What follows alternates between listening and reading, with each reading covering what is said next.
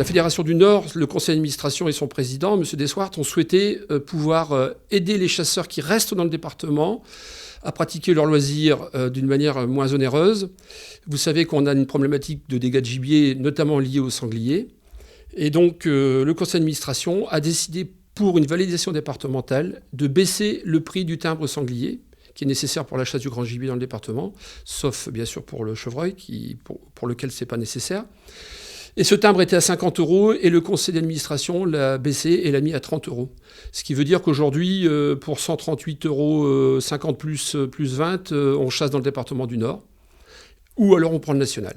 On est dans une période, je dirais, d'effet ciseaux entre, j'allais dire presque les personnes de mon âge, très âgées, et puis les jeunes chasseurs. Donc on est en train de faire la bascule. Donc on a beaucoup de chasseurs qui arrêtent parce qu'ils sont atteints par l'âge et peut-être qu'ils n'ont plus la possibilité de se promener avec leurs chiens et leurs fusils. On perdait 400 permis à peu près, entre 400 permis par an, 400-500 permis par an.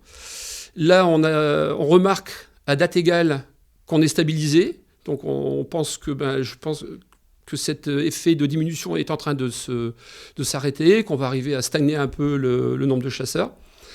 Et puis voilà, et puis ça va repartir après, les jeunes sont là derrière.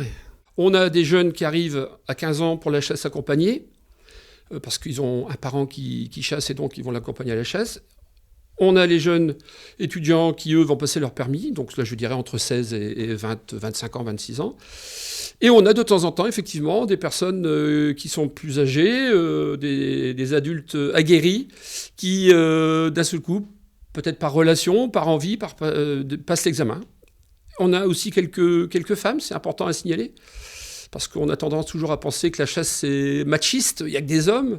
Non, il n'y a pas que des hommes, il y a des femmes, il y a des associations de chasse au féminin, et ça se passe bien. Et doucement, c'est pareil, on voit une petite évolution dans ce domaine-là aussi, ce qui nous fait bien plaisir d'ailleurs.